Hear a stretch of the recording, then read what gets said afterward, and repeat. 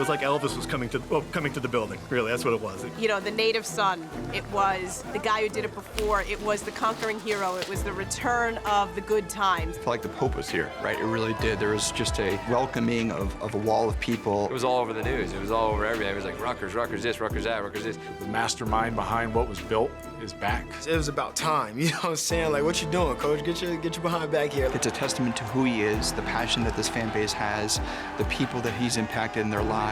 I'm kind of part of something cool. You know, this is legit. It's gonna be special, man.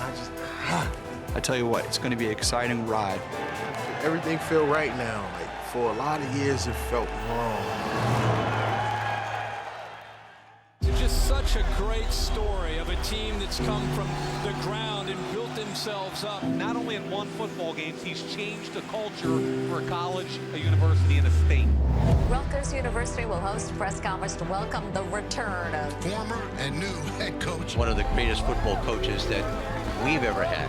He's done it before. He's got more experience. There's more of a spotlight on his program. Jubilation in Piscataway. You can already sense the change in the attitude around the RU football program. This campus is in a football frenzy. And now to come back and be a member of the Big Ten Conference, it's incredible. The 2006 Home Depot College Football Coach of the Year. It's an example, if you buy into a team, how much it can benefit you. There is pandemonium in Piscataway. But you've got to take your hats off to Greg Schiano and the Rutgers football team. And the Thursday night magic strikes again. You have to respect Jersey because of the excitement that man has brought. Well, it's Scarlet Fever here. Racing for the biggest moment ever. Greg Schiano has brought his team to believe. A new era of national prominence for Rutgers begins today. Good morning, everyone, and welcome to today's press conference to announce the new head coach of Rutgers football, Greg Schiano.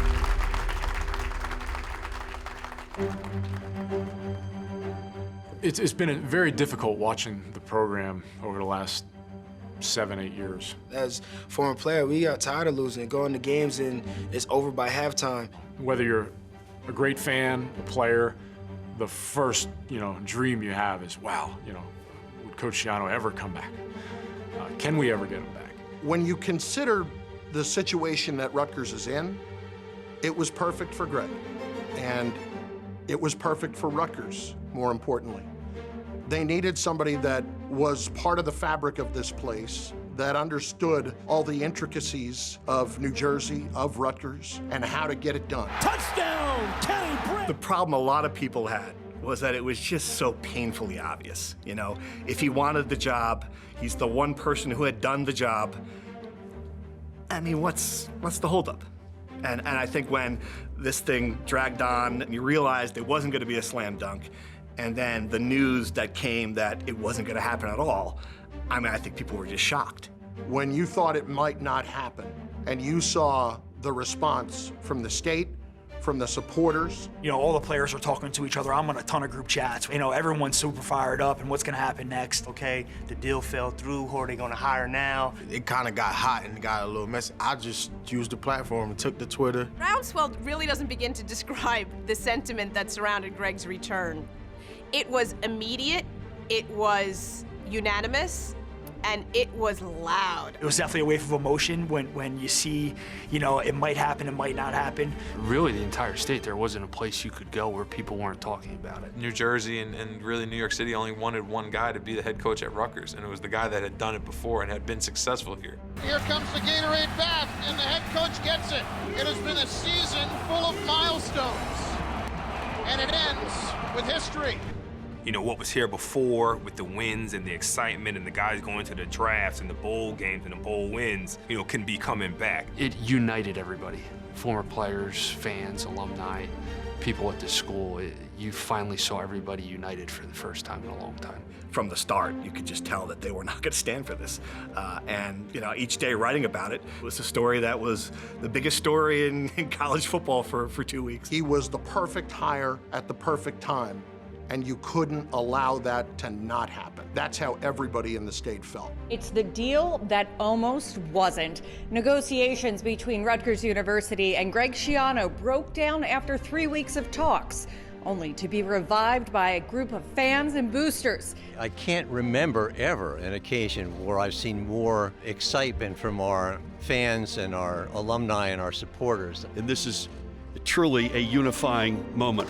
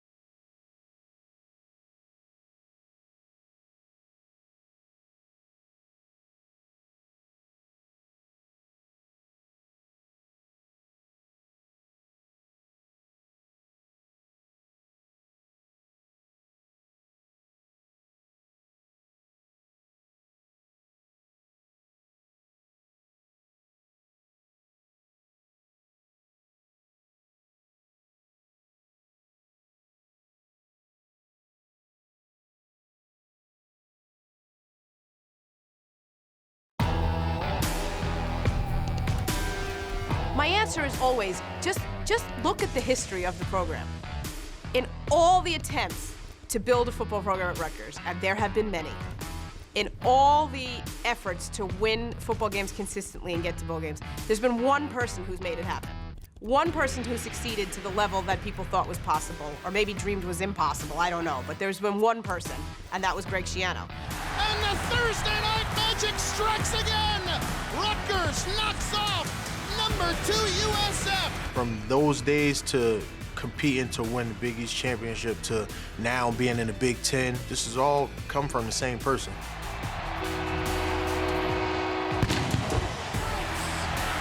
Nova, slam, end zone, trying to scoop it up with a touchdown!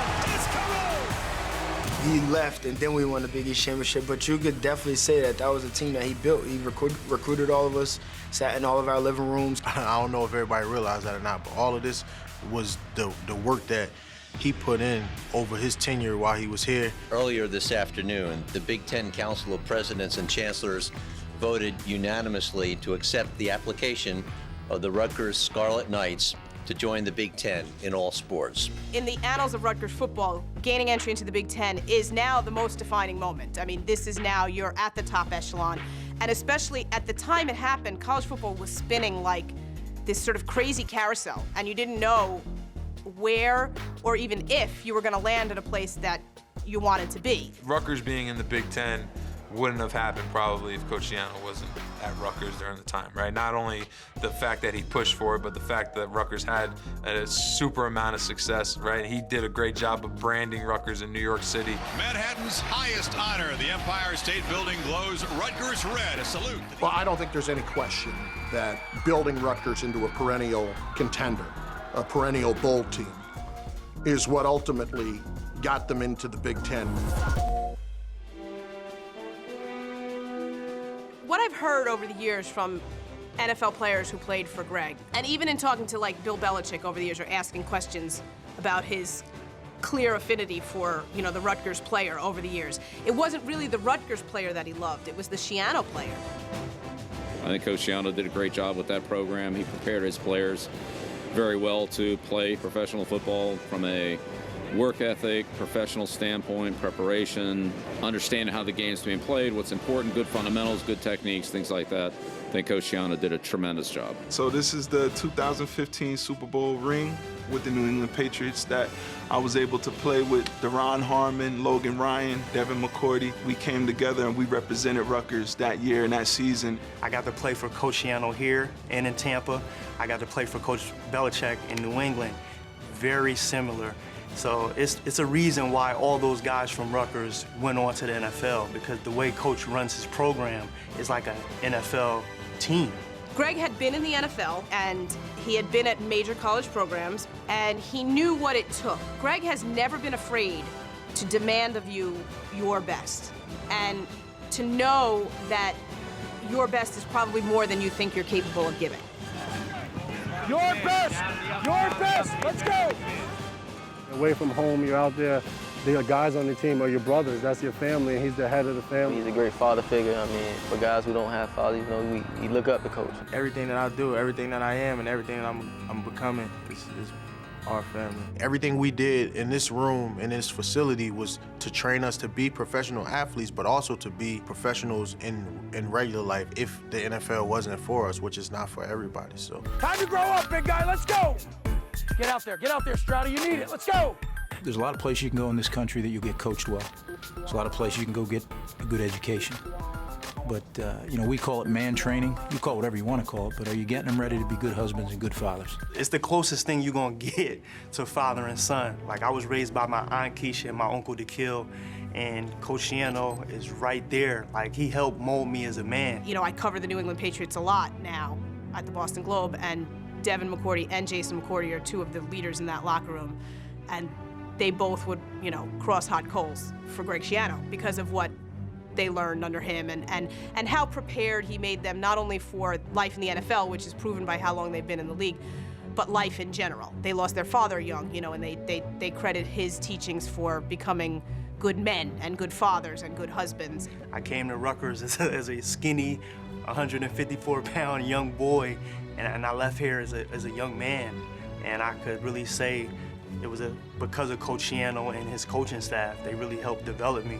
Really says a lot, again, about the type of men that, you know, the boys that come into this program and the men that have left this program, and the impact that they're making on this world.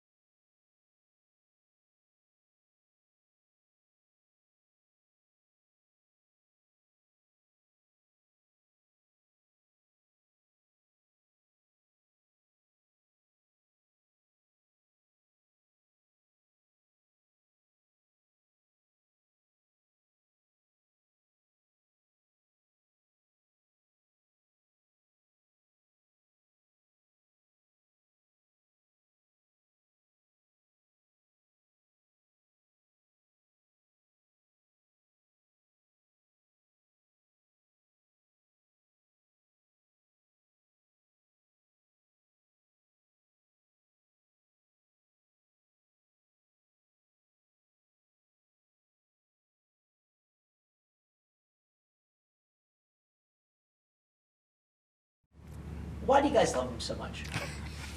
Why do we love Coach Schiano so much? So I've known him since I've been in high school, and he's just been real.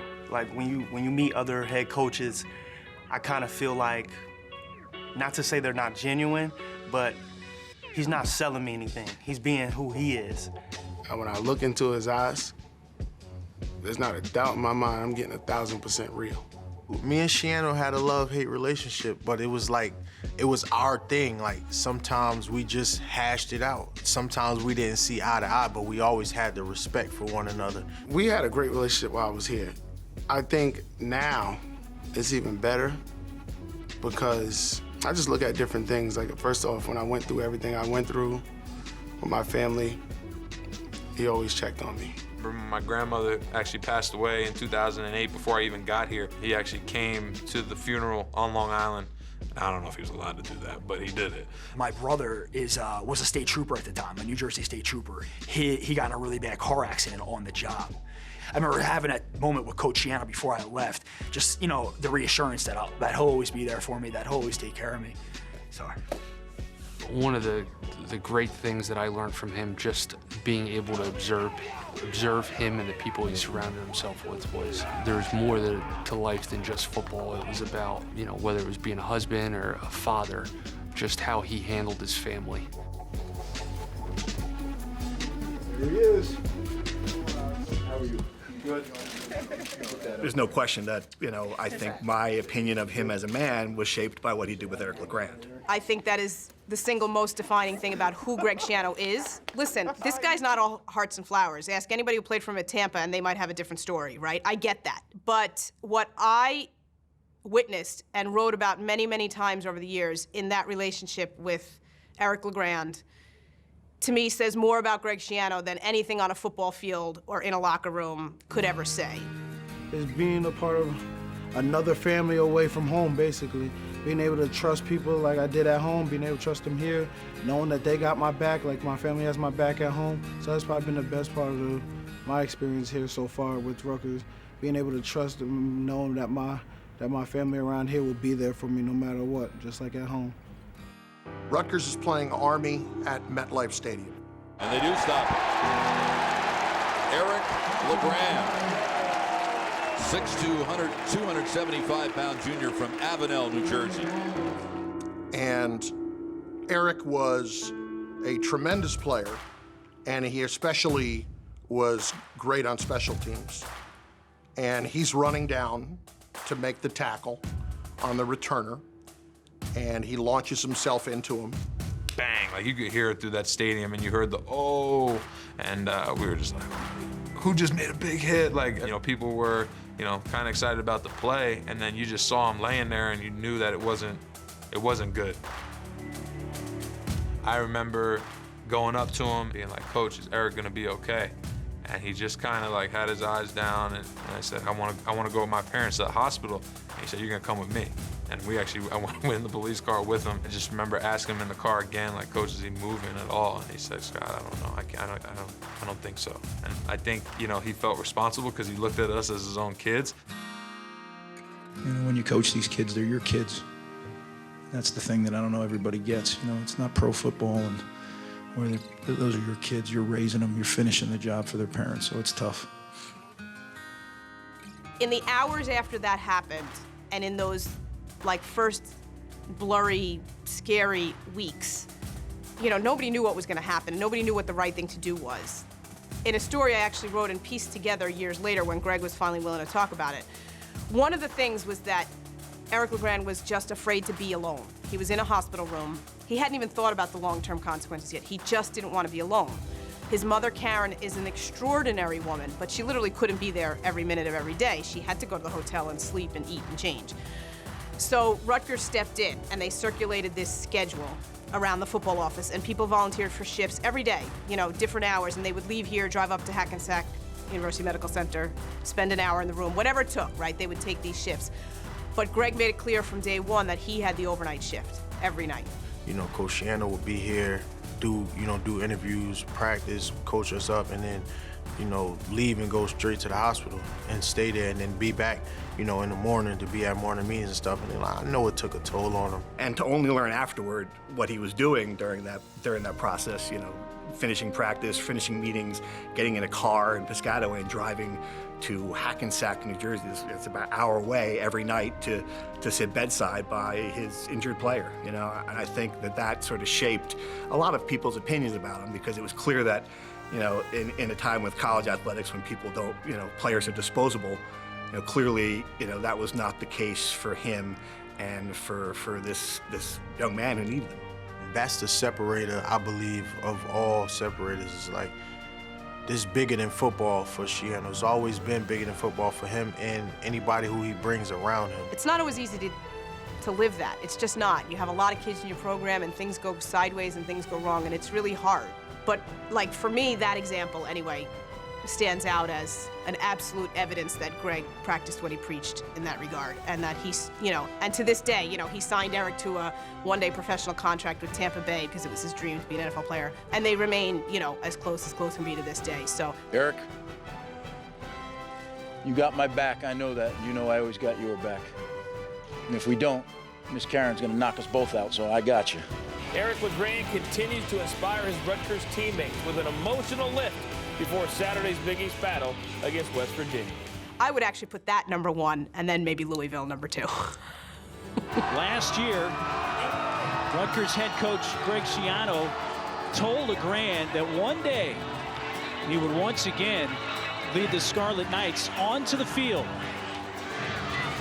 Today is that day.